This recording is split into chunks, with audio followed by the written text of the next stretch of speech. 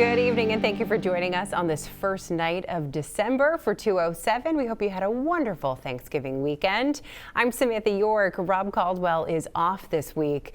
Coming up tonight on our show, most people know Adam Gardner as a member of Guster, but he also has another band he plays with, the LeeVees. The group released a Hanukkah album 20 years ago and have a series of shows this month to celebrate its 20th anniversary. He's going to perform for us and tell us how the project came to be. And later this half hour, Maine has an opening for a new state poet, and a key part of the job is to show people there's no reason why poetry should be intimidating.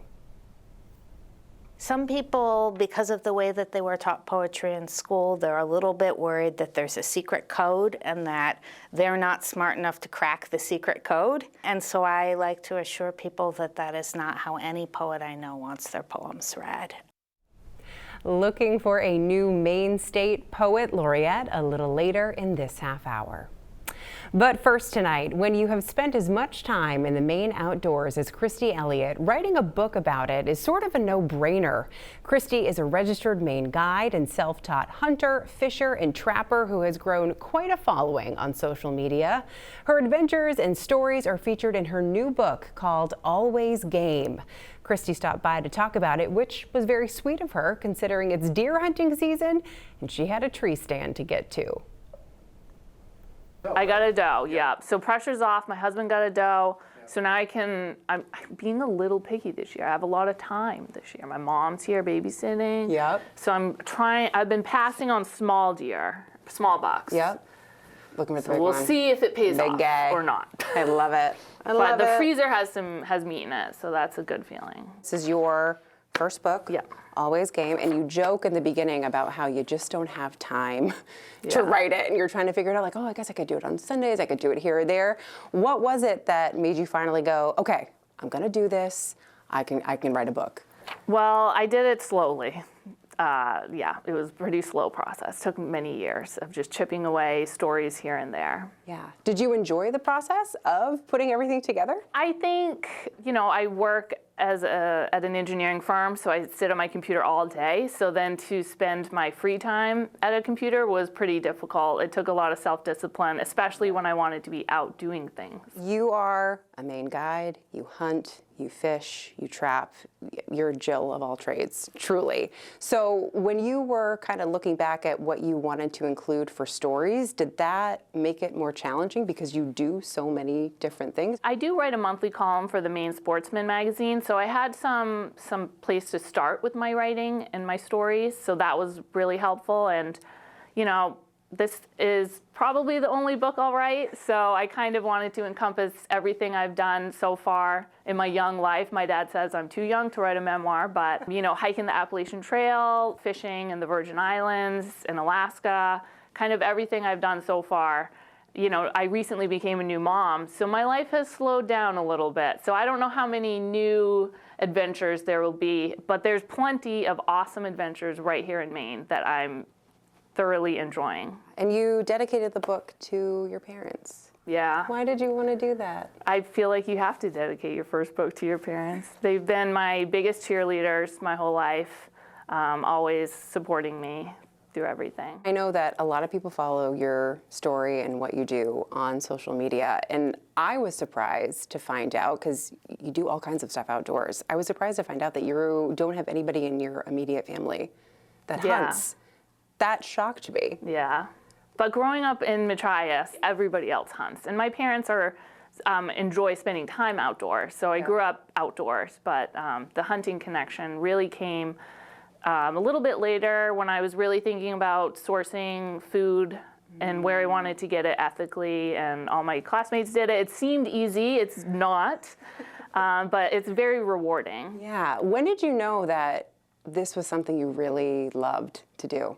I think when I got my first dog, he was a Brittany, and his instinct was to hunt. So I thought, well, we can learn together and do this together, and that was really, really rewarding to do with him. Yeah, and I'm glad that you brought him up, because that instantly touched my heart, because growing up we had a Brittany named Odie, and he was the best bird dog ever. And I just wondered why you wanted to include your relationship with him in the book too. I mean, there's nothing stronger than your bond with your dog, and he was a big part of learning to hunt. We did it together. It brought him so much joy to see his instinct and to see what he was bred to do, and just another reason to get out of bed and get outside in the morning to make him happy. And your baby is Oscar. Yes. And we mentioned no hunters in your immediate family, but your great-great-grandfather Yes. was a hunter, and his Yes. name was Oscar. Yes, exactly. So you named him after Yes. your grandfather. What do you hope your son takes away from your stories one day, and even your skill set? I hope he thinks his mom's cool, a better hunter than his dad. But, you know, I hope he appreciates animals and taking the life of an animal. It's very serious. It's sad. And, you know, thinking about where your food comes from and where your meat comes from. Yeah. And I think, you know, hunting is 99% wildlife watching. So I do a lot of watching wildlife. A lot of the stuff in the book related to the outdoors, hunting, all those things. But why do you think people who aren't hunters might enjoy this book? If you love the Maine outdoors, which how can you live in Maine if you don't love the outdoors? Then I think you'll find something in this book that speaks to you, whether it's your dog or seeing nature, learning about nature, trying weird foods, interesting foods. Yeah, so there's something in there for everyone, I think. You can find Christi's book, Always Game, online or in Maine bookstores like Sherman's Maine Coast bookstores. And by the way, after our interview with Christi, she went out to her tree stand, and that night she finally got her buck. And if you ever miss any of our stories on 207, or if you want to share them with someone you think would enjoy them, just remember you and your friends can catch all of our episodes on our new Center Maine Plus app. You can download it for free, stream it right to your TV. It's available on Roku, Amazon Fire, and Apple TV. Coming up next on 207, Adam Gardner from the LeeVees performs for us and tells us about upcoming shows. It's true. Your uncle. It was 20 years ago that Adam Gardner of the band Guster got together with a friend of his, Dave Schneider from the Zambonis, great name, and they decided to do something fun. They created another band called the LeeVees. Its sole purpose in life to write and perform entertaining, fun, Hanukkah-themed music. They released an album at the time. They're doing a 20th anniversary edition of the album that's coming out, and they're going to be doing some shows here in the Northeast. All that is coming up right now. Adam Gardner from the LeeVees here in the 207 studio.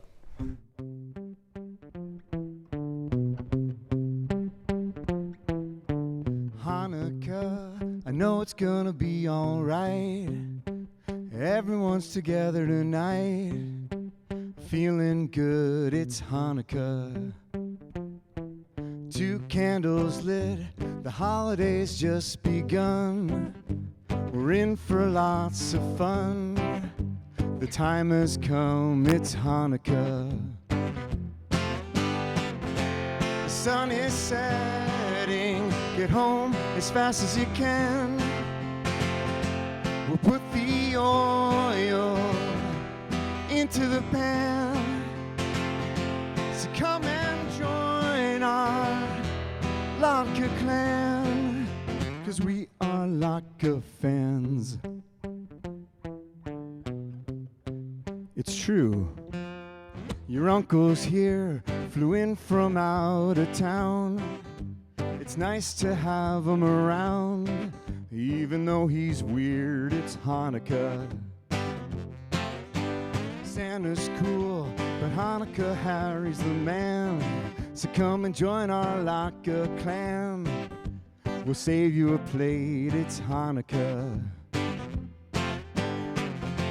The sun is setting, get home as fast as you can.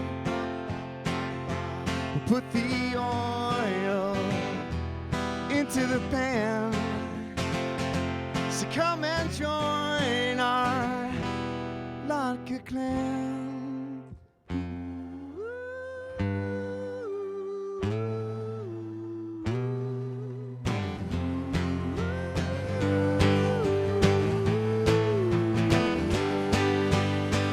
candles and dreidels and gelt. The sun is setting. Get home as fast as you can. We'll put the oil into the pan. So come and join our Latka clan, 'cause we are Latka fans. Hanukkah Harry, he's the man. Everyone's here, it's Hanukkah. Adam Gardner of the LeeVees back with us on 207. Thanks so much for coming in. Great to have you Yeah, here. thanks for having me again. So when you started this venture 20 years ago, put out the album and so forth, did you have any idea that 2 decades later you'd still be doing it? No, not at all. That's true for Guster too. You just start these things because they're fun, and then all of a sudden they last for decades, which is shocking, and I feel very fortunate. And I imagine that part of the fun is that this is just something you do in late November, December. It's just sort of a little seasonal gig that you get to go out and have a blast with. It's literally relevant 1 week a year, which is perfect for my schedule. So the album that you guys issued 20 years ago was called Hanukkah Rocks, and you've got a reissue on vinyl. Tell me a little bit about it. Yeah, it's actually not. It's a record, but it's actually not made of vinyl. It's made of recycled plastic. It's the most environmental, almost vinyl album you can put out these days. So it's injection molded, not pressed. It's 1/10 of the carbon footprint. Soy inks, recycled content paper, the whole thing. But it sounds just as good as any other vinyl, except just way better for the earth. We cut 2 new tracks on it for the 20th anniversary of Hanukkah Rocks. So there's new material on there too. So all the original tracks and then the 2 new songs that you've added That's to right, it. yeah. And you guys are going to be doing some shows. Nothing in Maine, but the first show will be on December 5th in Ipswich, Massachusetts. Yep. Tickets still available, and then you'll be playing some other gigs throughout the Northeast. Yep, and Arizona too, because we have to have one warm gig every winter. That's kind of our commitment to each other.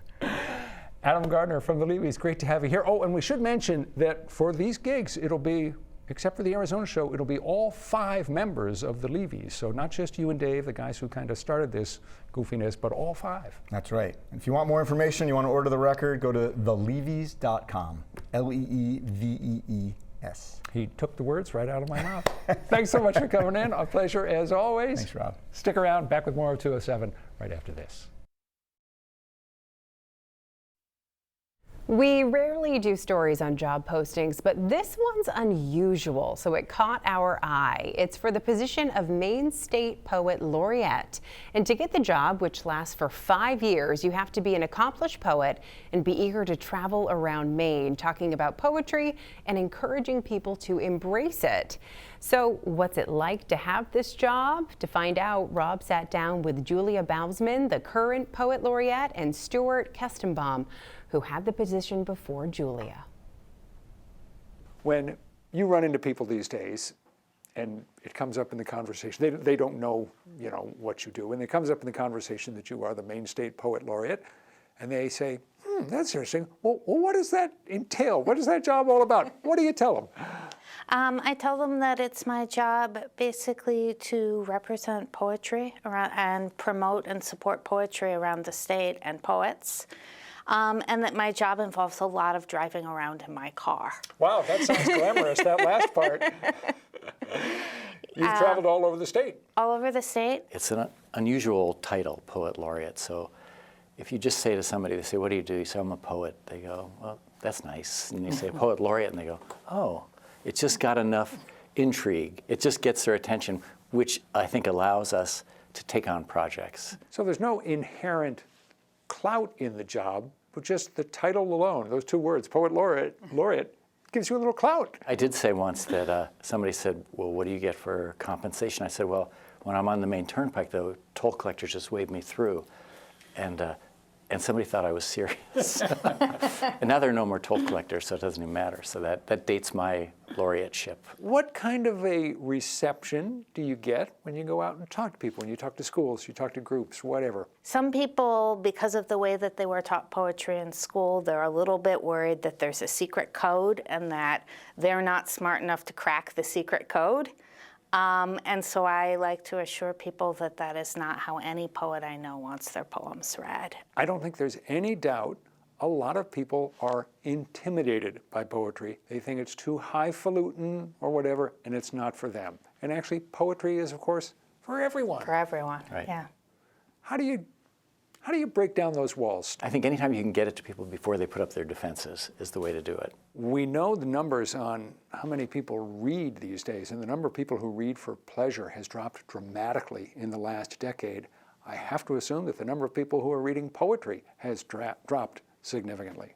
Actually, I think the number of people who read poetry has gone up. Generally, during challenging times, poetry readership tends to go up. The darker it gets, the more they like us. Maine is now looking for a new Poet Laureate. It's the job that you have had for about the last 5 years and that you had for the previous 5 years. What would you say to people who are thinking about maybe applying for this position?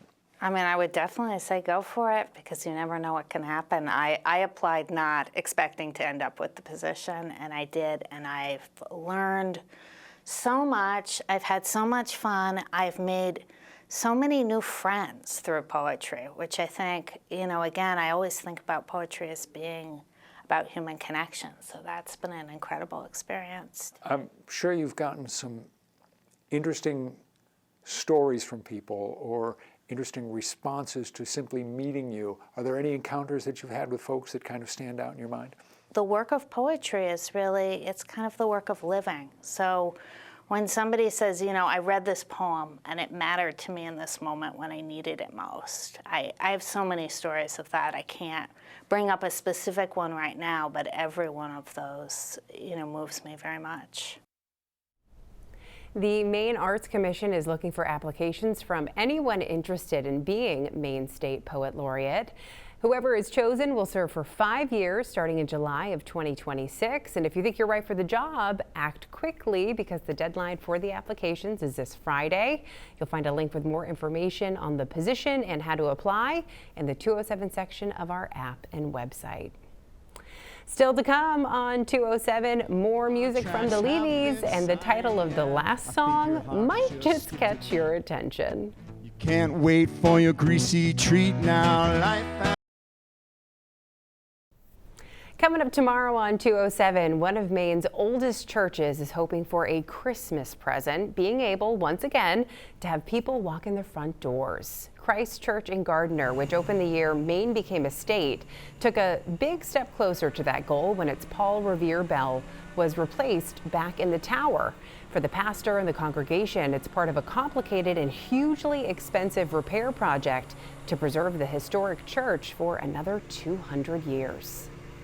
The congregation definitely has a sense of that we're caretakers of this, not just for ourselves, but for all of the Gardner community and for preserving this piece of history. Tomorrow on 207, Don Kerrigan takes us inside and on top of the church to see what it takes to preserve this piece of Maine history. Thanks so much for joining us tonight. Before we go, we have more music from the LeeVees, who you heard from earlier in the show. They have Hanukkah shows coming up. We have a link on our website. Here's their song, Applesauce vs. Sour Cream. Have a good night. Contracts have been signed, yeah. I think your heart just skipped a beat. You can't wait for your greasy treat now. Life has many decisions. It moves in all directions. This is just one huge, enormous, big decision you have to make. You have to make it. Oh, you must decide. Ba-da-da-dum, la-da-da-dum, ba-da-da-dum, ba-ba-da-dum, ba-da-da-dum, ba-da-da-dum, ba-da-da-dum, ba-da-da-dum. You have to make it. You have to make